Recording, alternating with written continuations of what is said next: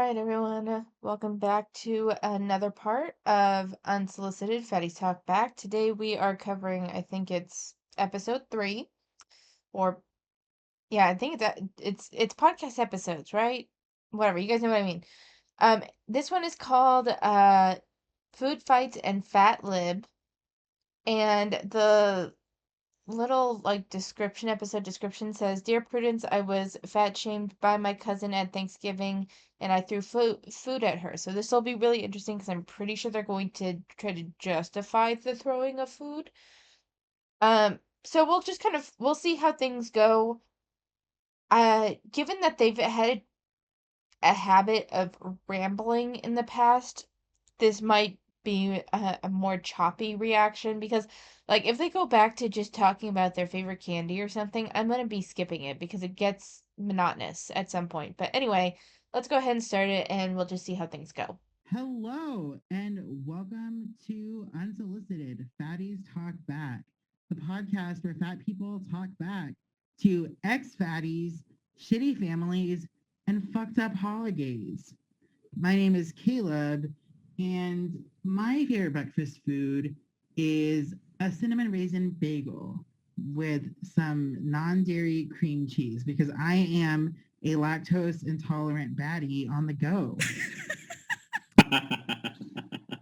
As I used to be lactose intolerant, I maybe still am, but it used to be that even lactate didn't work for me, but it does again, and I'm like living my fatty cheese loving life again. And in fact, I'm having pizza tonight with Nathan, so I'm so excited. God bless lactate. Absolutely. My name is Brian Guffey, and my favorite breakfast food is sausage, gravy, and biscuits, baby. Come on. So I know I said I was gonna skip some stuff. If this doesn't go on too long, I might just leave it in, mostly because I feel like it's worth mentioning that so much of I understand that it's fatties talk back and all that, and perhaps this is their way of saying, yeah, we're fat people talking about food, get over it. We're not going to whatever it is they feel society pressures them to not talk about food or whatever. So I understand that aspect of it. That being said, when other people, like non-fat lib people, talk about food, it's never done in this kind of way. Like, there's a way of even people that like cooking or like baking or something don't talk about food in this way. It does come off a little bit like I don't know, food is part of your personality, I guess. Like, it's weird. Am I wrong? Am I just being like overly judgmental or something on this? It feels weird to me. It seems really weird. I love it Wow, so I'm so much. disappointed so far. Wow. Wow. Okay, I'm about to disappoint you some more. I'm Marcus L. Mercedes, and I hate breakfast foods. Boo! No, literally in the first episode, you said that like you and Jordan were like not the same, but you totally are. Because What? Oh, hell no. because I feel like liking candy corn and not liking breakfast is like the same tragic like moment. I thought we had something, Deshaun, and then you We went. do. No, we do. Like you still have such a special place in my heart. Like And I don't hate no, her. no, you like you do. It's like y'all just like meet on the same playing field with like regards to that like horrible relationship to candy corn and breakfast foods. However, This is racism and colorblindness. I don't like this at all. however, my name is Deshaun, and I love breakfast food, even if I don't eat it like every day, because fuck that. I prefer sleep over eating, but um, whenever I do get to eat breakfast, I like a whole like like the on TV when they have like the entire like spread that no one eats. I I want the spread except I actually eat it. So like I want waffles and or pancakes. I want eggs with cheese scrambled. I don't eat bacon. I want sausage. I want French toast. Wow, I'm hungry. So yeah, I want lots of things with breakfast, but when I have to like be on the go, I love a Alright, I'm about ready to start skipping. Like, my God, 3 minutes in, we're talking about food. We're talking about food. This is supposed to be kind of like a retro react of these old advice column things, and yet it feels like we spend half of this, half of every episode just talking about food. And a lot of times it's just like shit food. It's not even it's not even a matter of talking about food. It's a matter of just talking about food. It's a matter of, they don't there's no like local restaurant maybe that's run by a local family that they talk about, or different ways of cooking or baking. No, it's just food. I should not, one, I should not be surprised, and two, I should not be irritated, but yet I am. I'm about ready. Like, we're only at, oh, we're at just regular one speed. I'm gonna up this to 1.2 speed and see if we can, like, start burning through this a little bit faster. McDonald's sausage egg and cheese biscuit or McGriddle with a hash brown. I love a cute hash brown. Even the homophobic LA restaurant, they have great little like nugget hash browns, and I love them. So there's that. And yeah.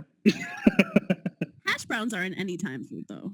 Fascinating. Oh my God. Come on, Mikey. Come They're on. so good. They're so, I love, okay, let me stop. I'm Jordan, and I would say, okay, so my answer is kind of complicated. I'm always so excited for Jordan's answer. Okay, Honestly. So basically, like, as we know, I have mental illness, I have the mental illness.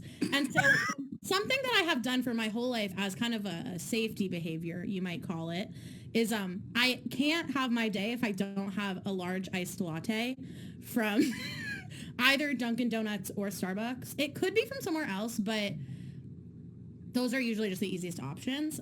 It, like, literally, I won't feel okay if I don't do this. Okay, yeah, okay, I know. Deshaun just said in this chat, this is so white, LMAO. Okay, I freaking know it, okay, and that's fine. So, whatever. So, okay. So, because Jordan, I make my own cold brew. Is there anything more white than that? my mental illness, anyways. Are you Adele? Is that your Adele voice? No, I just like to say mental illness in that accent. I don't know what you mean, babes. It's the mental illness to me. But basically, so if I can every morning, like if I have time, I usually like get Dunkin' Donuts and I get a sausage, egg, and cheese sandwich, and a coffee and hash browns. And so like also because I like struggle to eat breakfast, and so like I also like struggle to eat in general, content warning, too late, but whatever. So I said it. I'm sorry, I'm a little confused. How is it that, I mean, I guess she said it wasn't every morning. And we're gonna ignore Jordan's weight for a moment, but how is it that you both struggle to eat in the morning and yet you talk about regularly going to like Dunkin' Donuts, getting whatever egg and cheese muffin plus hash browns? That doesn't really seem like you struggle to eat in the morning. Perhaps I'm being overly picky. Feel free to tell me that I am. Um, but that seems contradictory to me.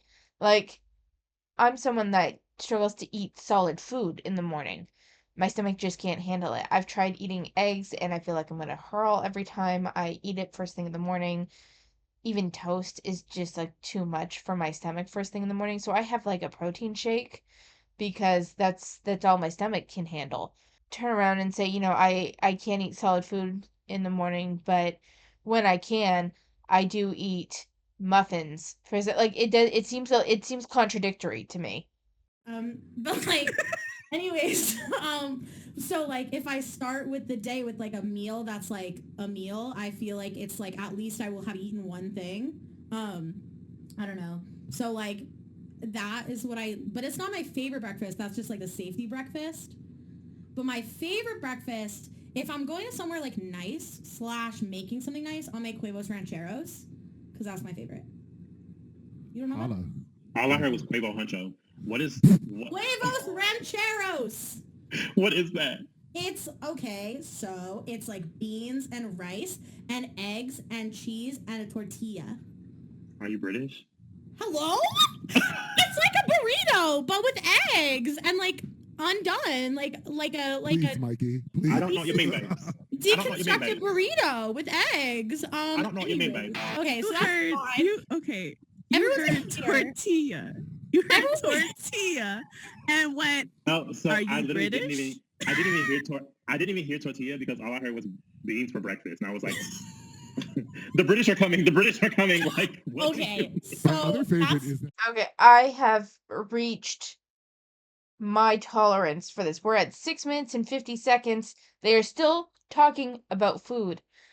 I can't keep doing this. So, I don't want to miss anything like relevant, so I will listen, but y'all I'm little note for editing me here. We're going to cut the next section out. I'm going to save you guys from this constant talk of food. It feels like it drags on for fucking ever. Also, if you heard like a little weird sound in the back, sorry, while I'm listening to them, I'm entering sweepstakes and sometimes sounds come on before I can stop them. Uh will make a serious effort to not make that like a regular thing in this, but I need something to distract myself while listening to them talk about food. So I'm going to continue to listen to them talk about food to make sure we don't miss out on anything interesting. But I'm going to spare you guys any more talk about breakfast foods. So I'll see you in a minute. All right, so they just signaled that they are moving on. I would like you guys to know I left you guys at 6 minutes and 50 seconds, almost 7 minutes in. We are now 28 minutes in, and they have been talking about they talked about their favorite breakfast foods, and then they wanted to talk about their favorite Thanksgiving sides, but then they had to make like a quick little thing about how Thanksgiving's kind of a bullshit holiday and we need to decolonize Thanksgiving. And then they proceed to talk about their favorite Thanksgiving sides, but then also some of their family trauma around Thanksgiving. None of it was and not it's not for any like colonizing reason. It's like personal trauma, like certain family members dying, and then some issues with their mothers and a variety of things. Nothing was worth really commenting on. So I just and since it was all wrapped up in the food talk, they just finished a conversation, like a very brief conversation on whether mac and cheese is an entree or a side. I really don't give a fuck. Like this the whole amount that was spoken here was just so outside of anything I give a shit about. So I'm saving you guys from hearing the kind of nothing talk, and they just said they're moving on, so hopefully we're getting in to the actual advice column. So here we go. Anyways, so let's get to the column, shall we? So today's column is of course about Thanksgiving and about some former fatties and shaming XYZ. I don't know. Caleb, take it away. Caleb's gonna read the column. All right, here we go. So this again comes from Dear Prudence, and the question is, her weight problem, not mine. Over Thanksgiving, I volunteered to host my relatives. This included my cousin, who used to be a plus-size woman, had gastric bypass 5 years ago, and now believes in fat shaming. She targets me especially because of the fact I am a plus-size woman too, but love my body. During Thanksgiving, she talked about my weight to anyone that would listen, even after I told her to stop it. I am ashamed to say that after she made a reference to my black swimsuit as a Shamu suit, my temper got the better of me and I grabbed some mashed potatoes with my hands and started throwing them at her, screaming that she was hateful, that she was a hateful, horrible person, and then tossed her out of my house. Now that the dust has settled, my family feels I owe her an apology and an invitation to spend Christmas with me. Please help me get them off my back already. Wow. I mean, I love a food fight. All right, I feel like I need to listen to that one again. So I'm gonna cut it out, but I want to listen to that part again. All right, so I listened to the whole thing again, just real quick to make sure I understood everything. If things happened as she said, the only thing I think that she really made a mistake on is throwing the mashed potatoes. Like, I think, like, that her cousin was a guest in her house, was making unnecessary comments during a family holiday, and if she did in fact refer to a black bathing suit as a shamu suit to the host whose house she is in, that gives OP every right to say, I want you out of my home. I think so. I think that she is allowed to say, I don't want you in my home. I ask you to stop. This is not like there are so I say this as someone who also had like an aunt that was uh pretty overweight, went on paleo, and would come to Thanksgiving dinner but bring her own food to eat, which we didn't mind. But she kept trying to like push. And keep in mind, my family hosted Thanksgiving. My mom worked for hours on Thanksgiving dinner.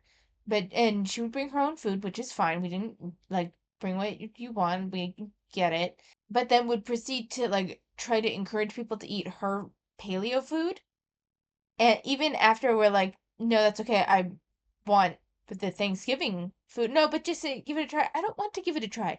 Get your paleo food away from it's Thanksgiving. If that's what you want to do, that's fine. We don't even mind you bringing it to Thanksgiving dinner for yourself to eat. If you want to make enough to offer for people as an additional option, by all means, but do not force it on people.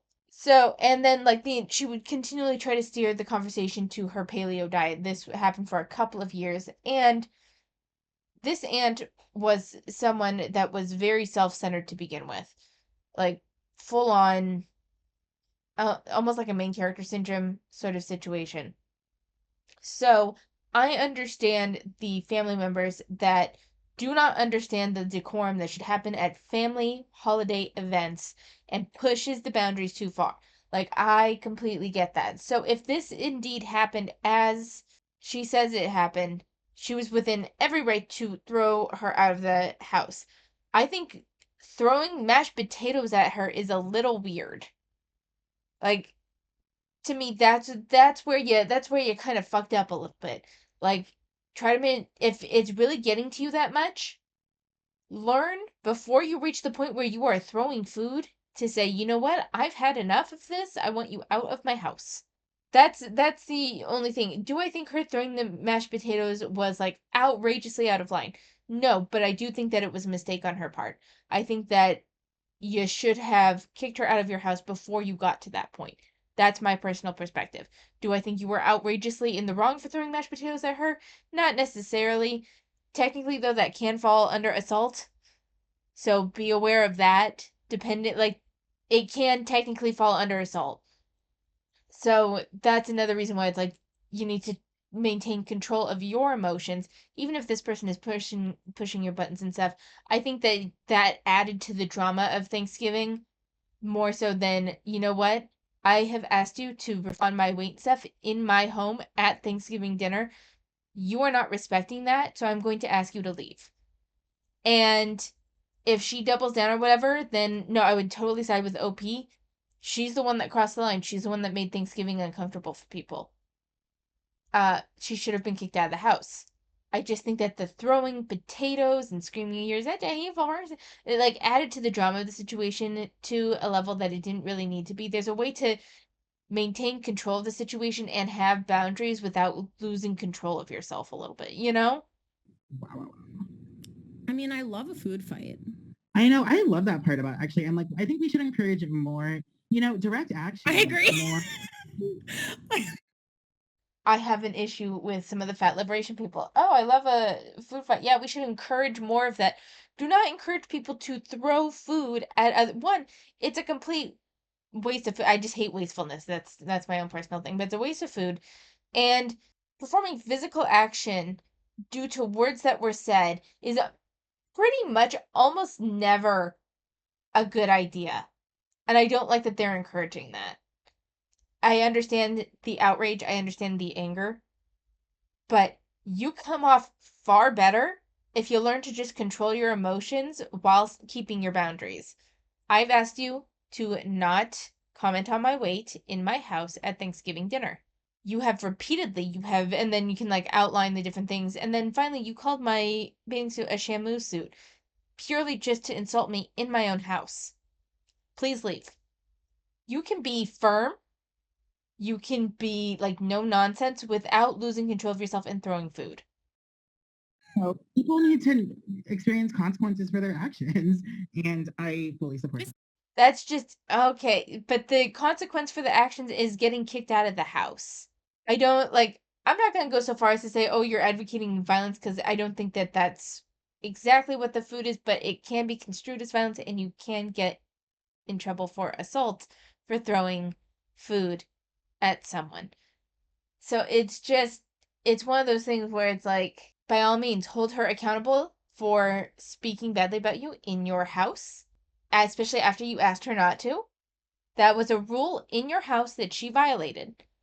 That was a boundary that she violated. So you are in every right. It is your house. Get out.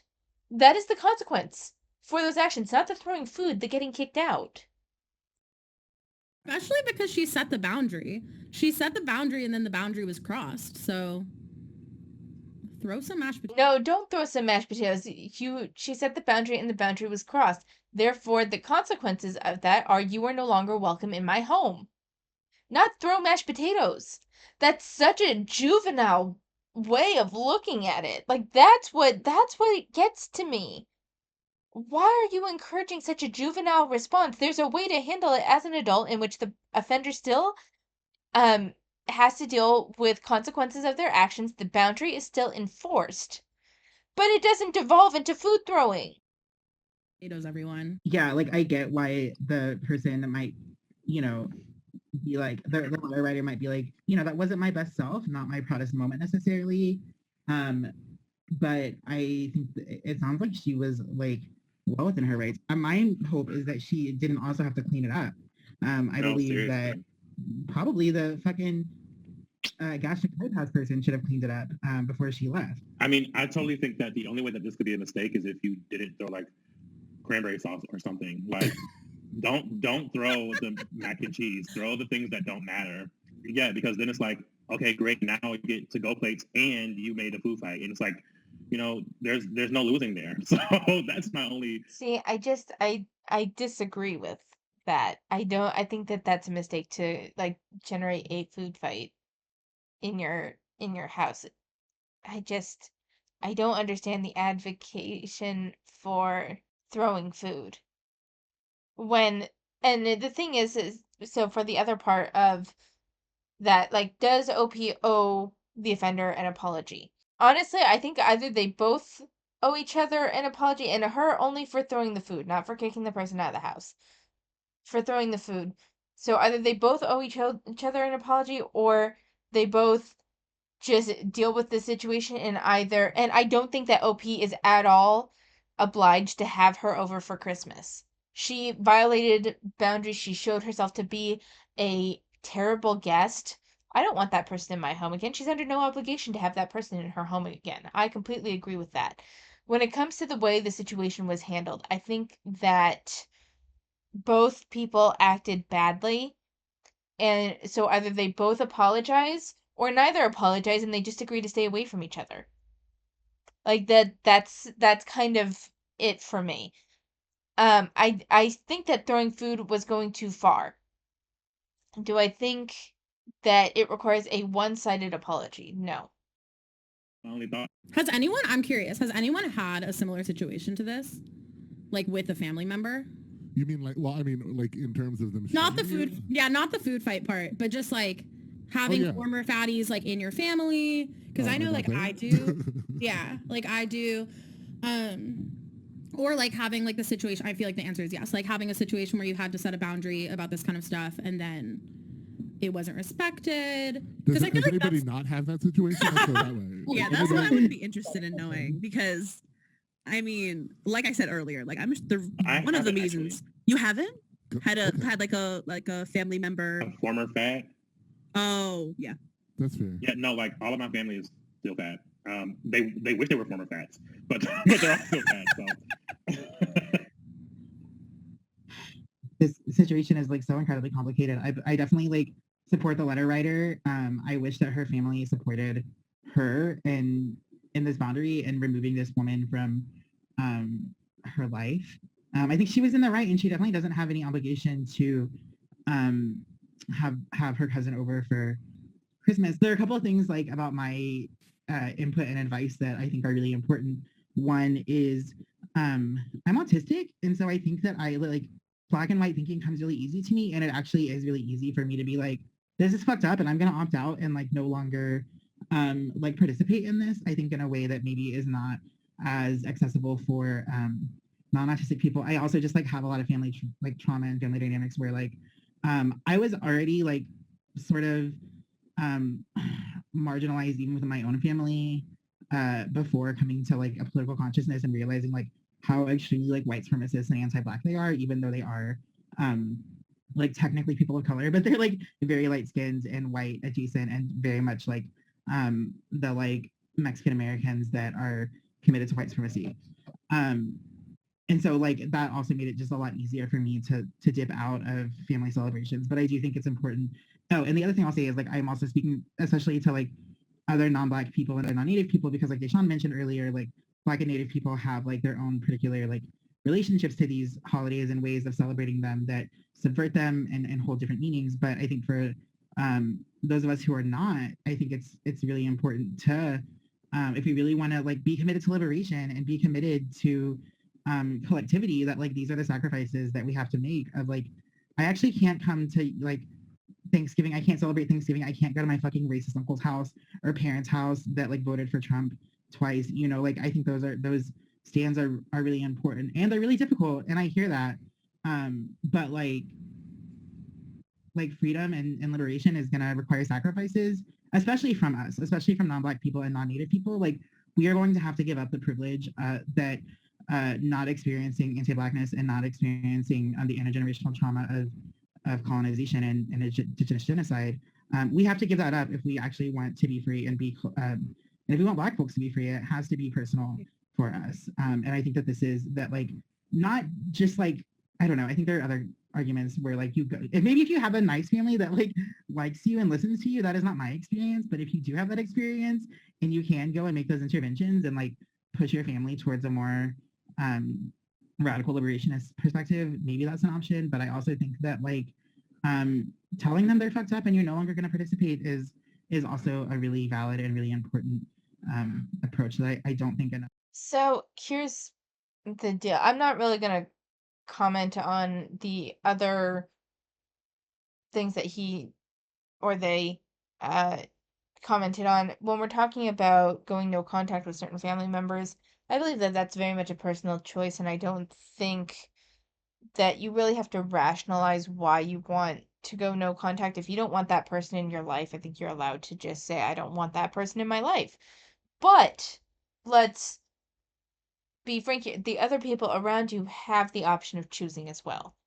So if you want that person out of your life, that's totally fine. If the other people around you are like, well, I don't want that person out of my life, and you end up getting excluded from the the Thanksgiving or Christmas celebrations because you don't want to be around that person and they want think that you're being unreasonable or whatever, you kind of have to choose how much of a ground you want to stand on it. Is this person now granted, there's just some people I have a few people in my life where it's like I don't care if I celebrate Thanksgiving alone. I do not want to be. I would rather be alone on Thanksgiving than be around that person on Thanksgiving. It's a matter of a choice. You are allowed to make your choice, and so are other people. It's kind of one of those things where it's like you just have to make the choice that works best for you and accept the consequences and accept other people's actions that come with it. That being said, I think that OP is still 100% in her right to say, I don't want that person at my house on Christmas. She insulted me repeatedly in my home while I was hosting her. She broke etiquette. She was very wrong. Honestly, I feel like OP would have a much better play, would be in a much better standing if she just hadn't thrown the food. That's kind of the issue because it takes the speech acts because the speech is an act, but speech acts and physical actions are still very separated. So by speaking and breaking the boundary that the host set up for her house of do not talk about my weight in my home in a derogatory fashion. That was kind of her thing. Not unreasonable, I think, for Thanksgiving dinner. She continues to say this, and not only that, but she says it in a very derogatory and insulting way. The Shamu suit, whatever the comment was about the bathing suit. You can say she repeatedly broke my boundary, so I am not allowing her in my house.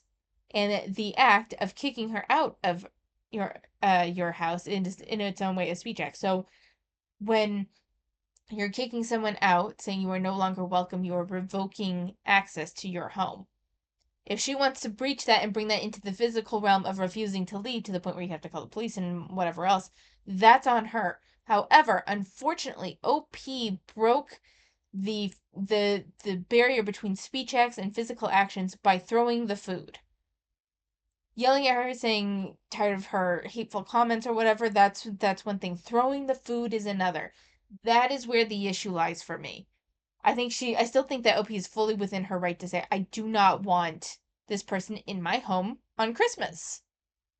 That is how you get someone potentially having a mental breakdown, screaming, there's screaming going on, someone's crying, and then someone's getting punched before the person that probably threw the punch is running out of the house and down the street.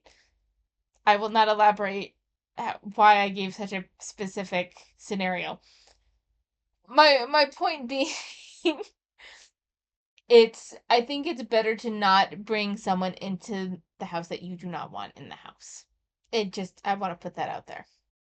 People consider because um, we're scared and it's hard and we don't want to give things up. But Yeah, so my mother is still fat, but used to be fatter. She had gastric bypass. She's actually had it twice. She'll be really thrilled that I'm talking about her without asking her. We still have a good relationship, but my parents were in town this past weekend for the first time that I've spent any real time with them since the pandemic started, and it's the very first time I think ever that I have spent 24 hours with my mother that she didn't mention my weight. And so I am thankful for the growth that she's found in that, but also like I remember so many Thanksgivings where my mom like felt the need to like stop me from eating food because she thought it was too much food, and you shouldn't eat that. You'll be sick later, or you don't need another serving there. It was always very complicated because what I can understand now is very much that was about, her own. Like, I'm the firstborn. My mother absolutely sees me as a reflection of her in many ways. We're very similar in many ways, though I think we've learned about our differences as we've gotten older. But hers is one of those main voices that I hear in my head when the fat shaming like comes in, and I've had to do a lot of work to sort of undo that. And so, I also have not gone home for Thanksgiving for a while. Not and mostly in particular. So just a quick note on his experience, not saying that his interpretation of his mother is wrong. He knows his mother far better than I do. But also as someone who has a mother that sometimes makes like unnecessary comments, especially at family gatherings and stuff, there seems to be this like still viewing you as a kid or even like a young teenager that needs to be monitored and like guided or whatever in social events. That can still happen even as an adult. Not saying that it's a good thing, but for him it might very well be around his weight. But sometimes it's not even about the weight, it's about that in your parents' mind you're still a child and they need to learn to take a step back on that front, that you don't need to be taught, you don't need to be guided in a family gathering. You are perfectly comfortable with how you are behaving and you're comfortable with your actions and you don't need your mother chastising you.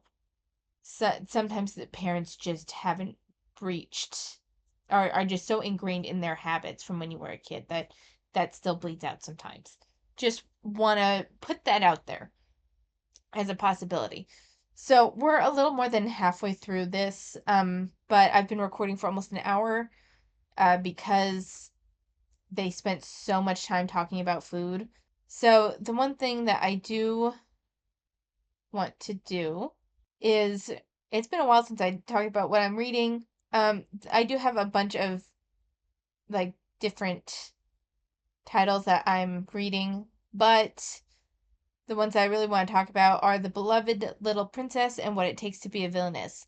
So, The Beloved Little Princess it's about, I don't know if I've told you guys about it yet, but it's about a person that was a high mage, like the highest magician in the land. Their power is essentially sealed, and then they are like, their body is killed, but their spirit is reborn in an infant child, in an infant princess's body from a family full of bloodthirsty psychopaths, kind of. But then they all end up adoring her because she knows it's because she's kind of like an adult mind in a child's body. She knows how to kind of manipulate them to make sure that they don't kill her because they're a little nutty. But it's really blossomed into this very sweet story. All of the like her brothers and her father, there's no mother in the picture, but her brothers and her father have really softened just generally and have made it so clear that they love and care for her as their daughter and sister. It's very sweet. There's a number of people that are just loyal to her. It's this very kind of cute. There is a big bad, but there's a heavier emphasis on the exploration of her different relationships as this person that's reborn but also has an incredible amount of power and connections still to her previous life and all of that. It's very fun to read. What it takes to be a villainess is it's really turned into this kind of story of emotional healing because the MC, when she died and was reborn, she died directly after finding out her boyfriend had kind of cheated on her, and the person that she was reborn in is competing essentially to be the crown princess and the crown prince's wife, sort of thing, like future wife, and it's this competition between her and another girl. And she like eventually, even though feelings developed for the prince, she's like, I'm not engaging in that, I'm not going there, I don't want my heart broken again, I've been down this road, I don't want to deal with it. At the same time though, I want to win the competition because I don't like the other girl and she's kind of incompetent. And the place she was born into, they don't have some of the knowledge that we do, but their physics and stuff still works the same way. So she's able to bring modern technology to this place that is kind of like in a Regency era, but with magic. So they haven't had to research science the same way. And so there's this kind of really interesting thing of bringing modern ideas into kind of a dated alternate reality. And so she kind of likes the power and is helping people and all of that. And so she wants to keep that, but she doesn't necessarily she's resisting any feelings for the prince, even though he's kind of reciprocating her for feelings at this point. It's been really entertaining and pretty good. And if you like kind of complicated romances, it's a fun read.